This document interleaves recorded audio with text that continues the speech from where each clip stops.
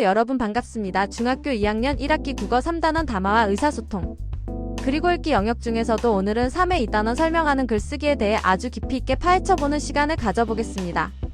여러분은 평소에 친구에게 게임 규칙을 설명하거나 부모님께 학교에서 있었던 일을 설명할 때 말이 꼬이거나 답답했던 경험 없으신가요? 우리가 이 단원을 배우는 이유는 단순히 시험을 잘 보기 위해서가 아닙니다.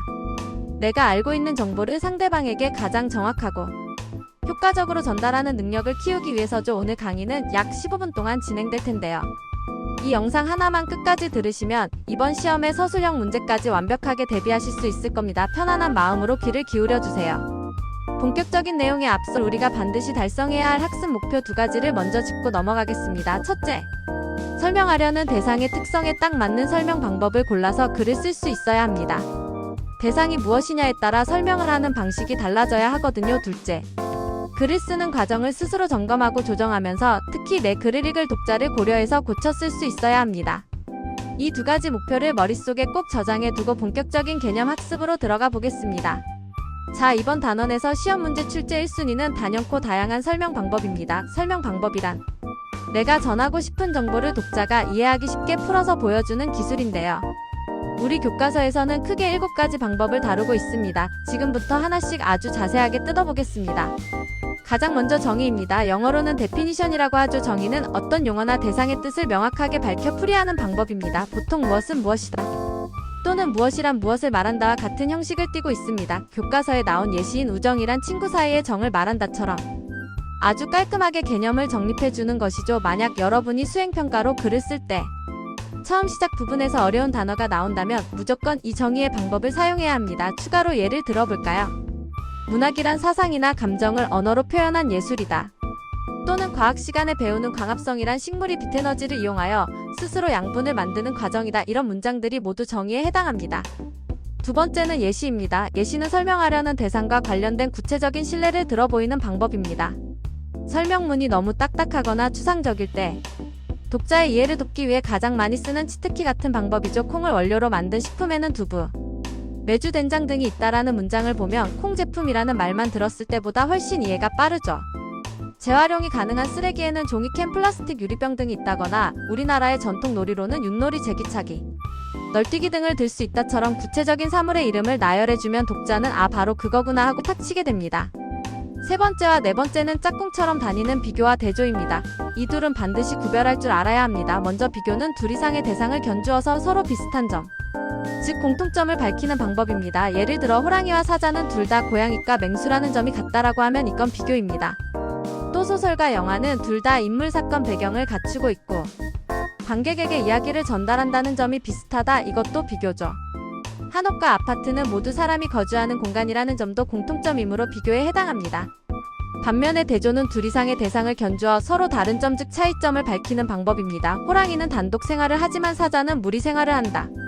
이건 차이점이니 대조가 되겠죠. 소설은 문자를 통해 상상력을 자극하지만 영화는 영상과 소리를 통해 감각적으로 전달한다는 점이 다르다거나 여름에는 남동풍이 불어 덥고 습하지만 겨울에는 북서풍이 불어 춥고 건조하다.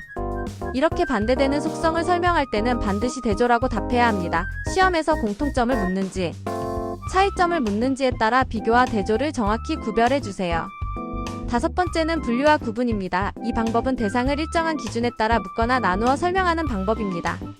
보통 여러가지 대상을 체계적으로 정리할 때 씁니다. 교과서 예시를 볼까요? 악기는 소리내는 방법에 따라 타악기, 현악기, 관악기 등으로 나뉜다. 어떤가요? 기준을 세워서 종류별로 나누고 있죠. 품사를 기능에 따라 체언용언, 수식언 등으로 나누거나 에너지를 고갈 가능성에 따라 재생에너지와 비재생 에너지로 구분하는 것들이 모두 이 방법에 속합니다. 팁을 하나 드리자면 종류, 갈래, 유형, 나뉜다, 분류된다 같은 서술어가 나오면 분류와 구분일 확률이 매우 높습니다.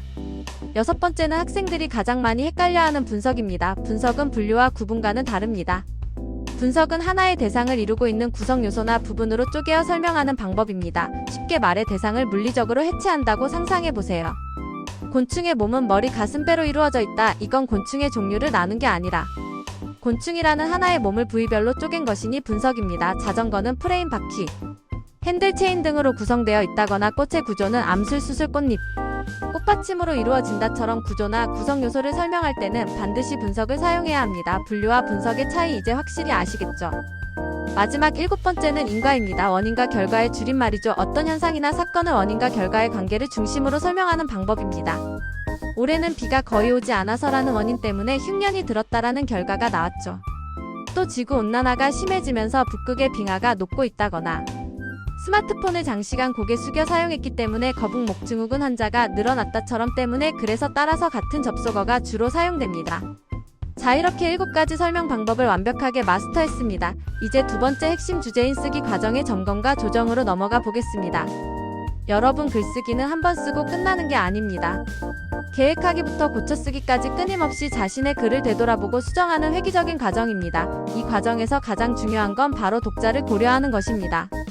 먼저 계획하기 단계입니다. 여기서는 무엇을 쓸 것인지 주제를 정하고 왜 쓰는지 목적을 설정합니다. 그리고 가장 중요한 예상 독자를 분석해야 합니다. 내 글을 읽을 사람이 누구인지, 그들은 이 주제에 대해 얼마나 알고 있는지, 무엇에 흥미를 느끼는지를 파악해야 그에 맞는 글을 쓸 수 있겠죠. 우리 교과서의 주인공인 동빈이는 라면을 주제로 글을 쓰면서 독자를 우리 반 친구들로 설정했습니다.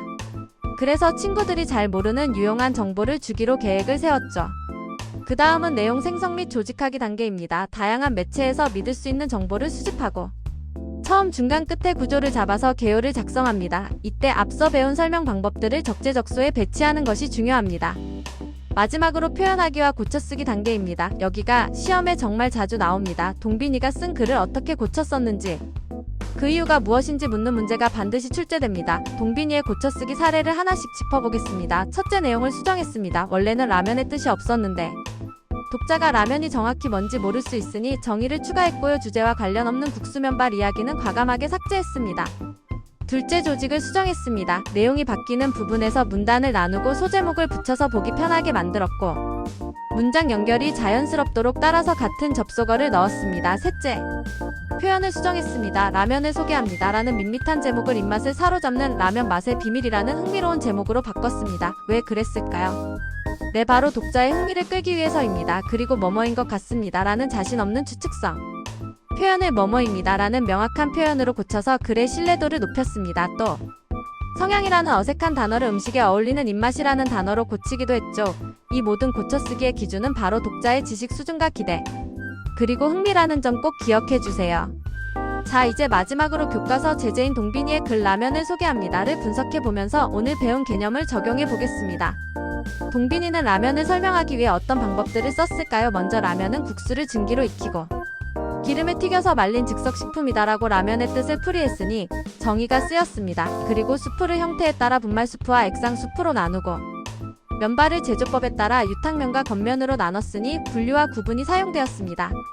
여기서 끝이 아닙니다. 유탕면은 지방이 많고 고소한 반면 겉면은 지방이 적고 담백하다며 두 대상의 차이점을 설명했으니 대조가 쓰였고요. 수프를 먼저 넣으면 끓는 점이 높아져서 면이 더 쫄깃해진다는 조리법 설명에서는 원인과 결과가 드러나니 인과가 사용되었습니다. 마지막으로 라면의 영양성분은 탄수화물, 단백질, 지방 등으로 이루어져 있다고 라면을 구성하는 성분을 쪼개어 설명했으니 분석이 쓰였습니다. 동빈이의 짧은 글 안에 우리가 배운 설명 방법이 5가지나 들어있네요. 이 부분은 시험에서 밑줄 긋고 사용된 설명 방법을 쓰시오라는 문제로 100% 출제되니 꼭 본문을 읽으며 확인해 보셔야 합니다. 자, 이제 오늘 강의를 마무리하며 최종 점검을 위한 핵심 질문 4가지를 던져드리겠습니다. 마음속으로 답해보세요. 첫째, 두 대상의 공통점과 차이점을 설명할 때 가장 적절한 방법은 무엇일까요? 정답은 비교와 대조입니다. 둘째, 설명하는 글을 쓸 때 예상 독자를 분석해야 하는 가장 큰 이유는 무엇일까요? 내 독자의 수준과 흥미에 맞춰 내용을 구성해야 독자가 쉽게 이해하고 재미있게 읽을 수 있기 때문입니다. 셋째, 시계의 구조나 곤충의 몸처럼 대상을 쪼개어 설명하는 방법은 무엇일까요? 정답은 분석입니다. 마지막으로 글을 쓰는 중간중간에 계속해서 점검하고 수정하는 것을 무엇이라고 할까요? 네, 바로 고쳐쓰기 또는 조정하기입니다. 여러분, 오늘 우리는 설명하는 글쓰기의 모든 것을 아주 상세하게 다뤄보았습니다. 설명 방법 7가지를 구분하는 능력, 그리고 독자를 고려해 글을 고쳐 쓰는 능력, 이 2가지만 확실하게 잡으면 이번 단어는 문제 없습니다. 설명하는 글쓰기는 국어 시험뿐만 아니라 여러분이 앞으로 살아가면서 리포트를 쓰거나 자기소개서를 쓸 때도 정말 유용한 무기가 될 것입니다. 오늘 배운 내용을 바탕으로 교과서 본문을 다시 한번 꼼꼼히 읽어보시길 바랍니다. 긴 시간 동안 집중해서 들어주셔서 감사합니다. 여러분의 국어 만점을 응원합니다. 다음 시간에 또 만나요. 안녕.